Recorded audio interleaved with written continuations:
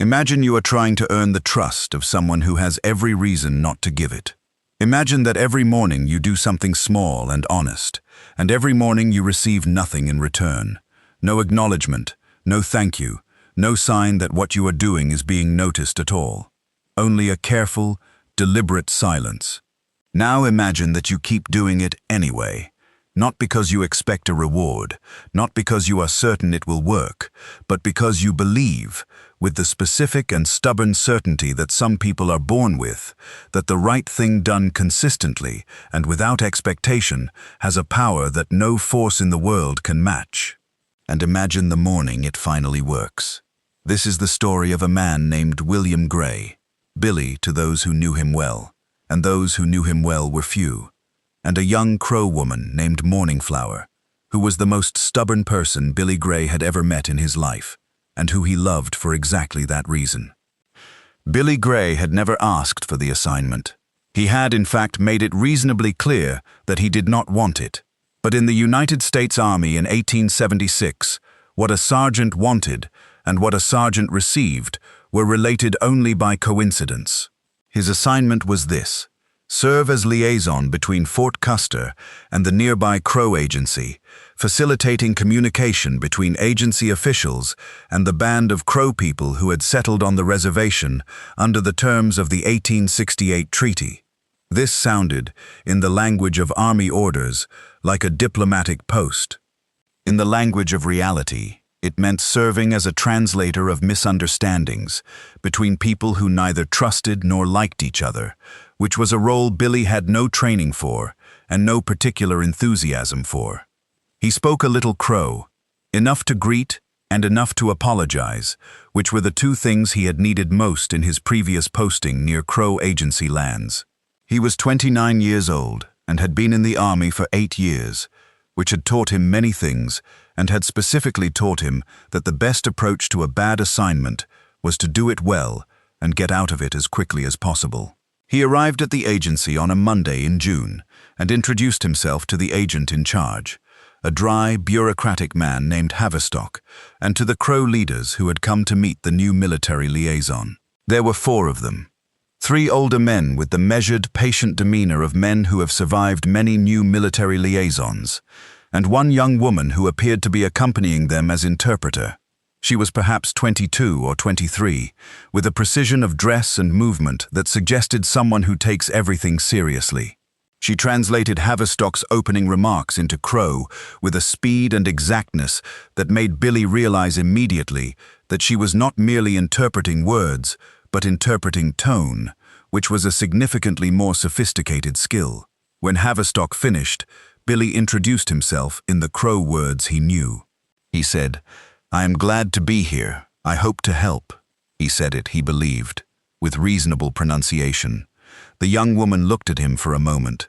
Then she said, in English that was precise and accentless, "You said you are glad to be the weather, and you hope to fall." The 3 older men looked amused in the way of men who have long since given up being surprised. Haverstock looked at his papers.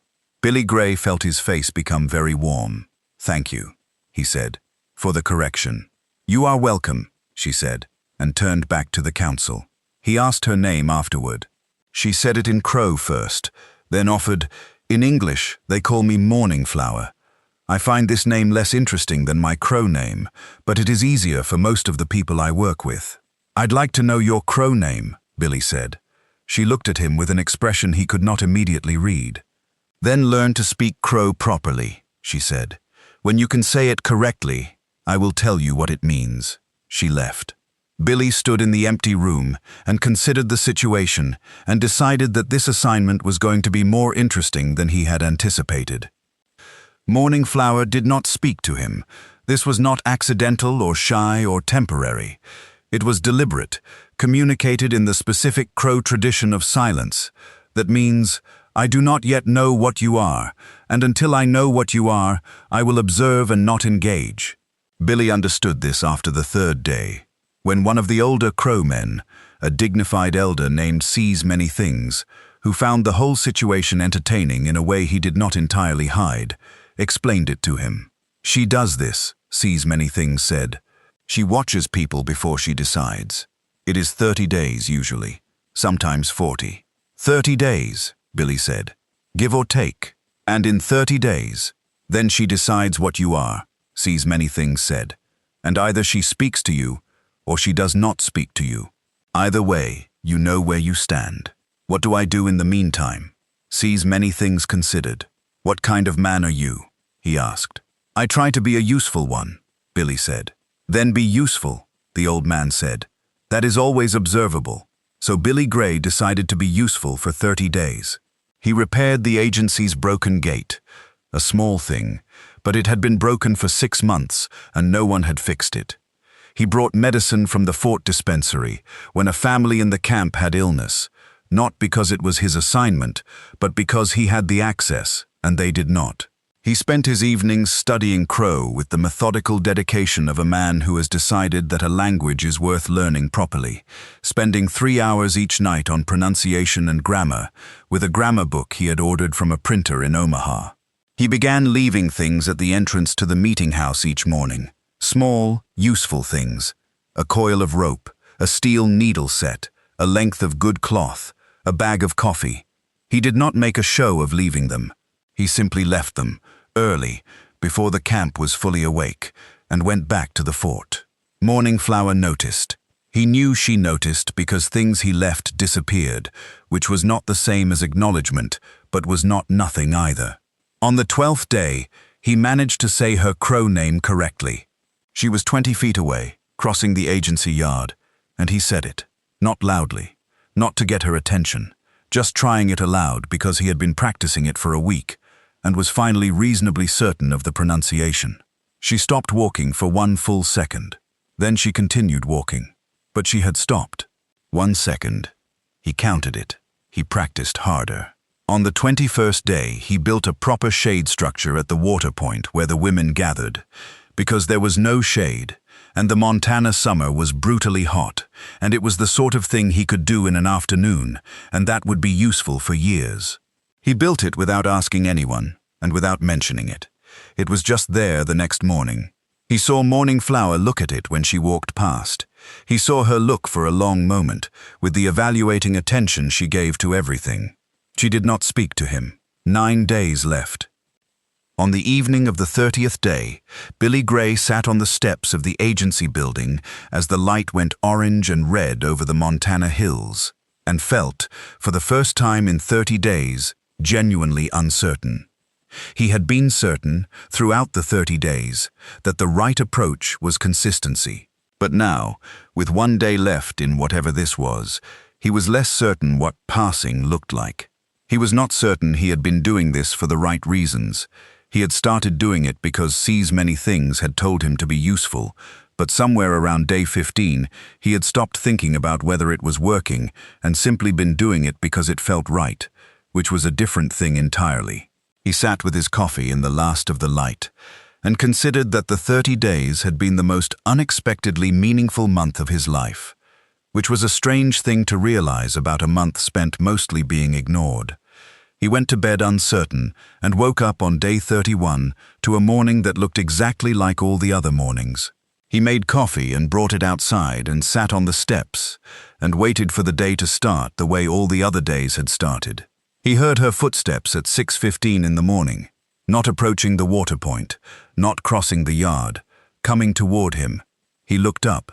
Morning Flower was walking across the agency yard directly toward him, with the same composed, deliberate precision with which she did everything, and she sat down on the step beside him, not close, not far, simply there, and said, in a voice that was quiet and careful and very deliberate, "Billy Gray." He did not say anything immediately. He let the sound of his name in her voice sit in the morning air between them and be what it was. Then he said, "Morning." She looked at him. "You learned the gate," she said. "You brought medicine when the Little Cloud family was sick. You studied our language at night. I could see your light on from the meeting house. You built the shade at the water point without telling anyone you were going to do it." "Yes," Billy said. "You left things without expecting thanks." "Yes." "And you have been sitting on these steps every morning for 30 days, as if you had nowhere more important to be." I didn't, Billy said. Not for the last 30 days. A long pause. The morning light strengthened around them. Somewhere in the camp, a child's voice rose and fell. I watched all of it, Morning Flower said. I watch what people do when they think no one is evaluating them. You behaved the same when you thought I was not looking as when you knew I was. Yes, Billy said. That's the point, isn't it? Being the same person all the way through. She turned and looked at him, and he met her look directly, without flinching, because he had nothing to hide, and was not the kind of man who looked away from things that mattered. I have decided, she said, what you are. What am I? A pause. Then, you are a man who is worth my time, Morning Flower said. That is not a small thing. It is, in my experience, quite rare. She said it with the flat, considered simplicity of a woman who has weighed the words against the evidence and delivered a verdict. There was nothing soft about it. It was, in its way, more moving than any declaration he could have imagined, because it came from someone whose standards he already knew were high and whose attention he had spent 30 days trying honestly to deserve. Morning Flower, he said, and then, carefully, her crow name. She listened to the pronunciation, corrected one syllable. He repeated it. What? Better, she said. Now I will tell you what it means. And she told him. The real name, the old one, the one that her grandmother had given her on the day she was born, and that carried in it the specific meaning of the crow word, for the moment before a new day fully arrives, the moment of becoming, the moment between dark and light, when everything is still possible. That is beautiful, Billy said. Yes, she agreed, without false modesty. My grandmother chose well. They sat in silence for a while. The coffee cooled. The morning warmed. So, Billy said eventually, what happens now? Morning Flower considered the question with the full weight she gave to all questions. Now, she said, I teach you to speak crow without making the elders laugh, and then we will see. That sounds like a plan, Billy said. It is a beginning, she corrected. Plans come later. What Billy Gray and Morning Flower built over the next 2 years was built slowly and in public, in the way that things built in small communities are always built, visible to everyone, commented on by many, and ultimately belonging only to the 2 people at the center of it. She taught him crow. He became, with the help of her teaching and his own obsessive practice, the most proficient crow speaker among the military liaisons in the region, a fact that she mentioned once, briefly, with a tone that he had learned, by then, to recognize as pride. He helped her establish the first bilingual school at the agency, a log building with 12 students, taught alternately in Crow and English on a schedule that Morning Flower had designed specifically to give both languages equal status. He wrote the letters to the Army quartermaster requesting supplies. She taught the lessons. The children learned both worlds, and she said this was the most important work she had ever done. There were difficulties. There were always difficulties. The Army's relationship with the Crow Agency was not simple, and Billy was not always able to make things happen the way they should have happened. There were days when he came back from the fort with news that made Morning Flower's face go very still in the way it went still when she was containing something large. On those days he learned to sit with her without trying to fix what could not be fixed that day, and she learned that he would not leave when things were hard, which was not a small thing to learn about a person. He asked her to marry him on a Sunday morning in October of 1878, at the edge of the creek where she gathered her thoughts. He did not use many words. He simply said, I would like to spend the rest of my life being the kind of man who deserves your time, if you'll let me. Morning Flower was quiet for a long time. Then she said, You have been doing that for 2 years already. I want to do it for 40 more, Billy said, or 50, whichever you prefer. She looked at him, the hawk precise eyes, the composed, careful face. 40 seems conservative, she said. But it is a reasonable starting point. Is that a yes? Billy asked. It is a beginning, she said, and smiled at him, the full, warm, specific smile that he had been working toward since the morning she said his name, like a prayer on the steps of the agency building. Plans come later.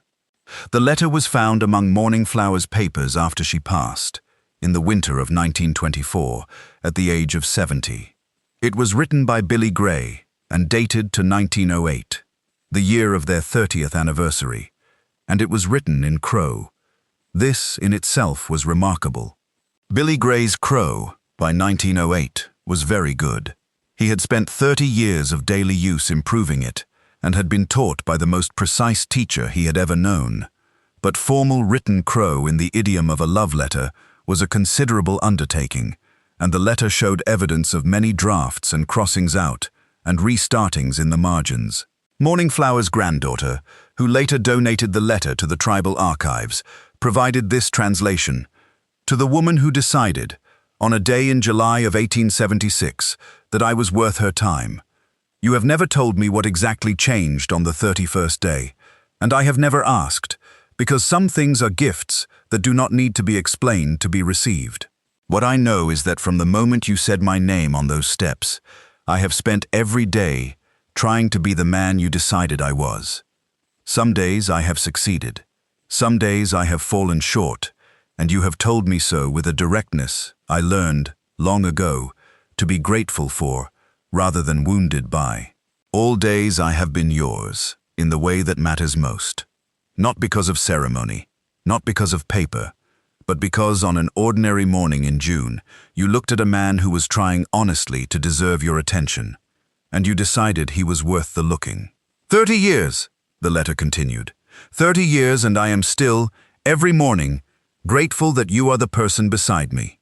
I am still, every morning, learning something from you, and I am still, every morning, trying to say your name the way you deserve to have it said, which is the same way you said mine on that first morning. That changed everything. With everything I have always had for you, and everything I have become because of you, Billy." William Gray died in 1914, 6 months after the letter was written, of a heart that had, according to the doctor, been quietly giving out for several years, and which had chosen, with a stubbornness that those who knew him well would have recognized as characteristic, to keep going until it was done what it needed to do. Morning Flower lived 10 more years and spent them teaching. The school had grown, the language program had expanded, and she had trained 12 teachers who went on to teach in their own communities, multiplying the work she had started in a log building with 12 students and a soldier who could not yet say her name correctly. She is remembered in the Crow oral tradition as a woman who chose carefully and never once regretted what she chose. She is remembered for the school and for the teachers and for the bilingual curriculum that kept a language alive through decades that were very hard on languages. She is also remembered in the private memory of her family for the way she said a soldier's name on a morning in Montana, quietly, deliberately, like something she had been turning over in her hands for a long time and had finally decided was worth saying aloud. Like a prayer, like a beginning,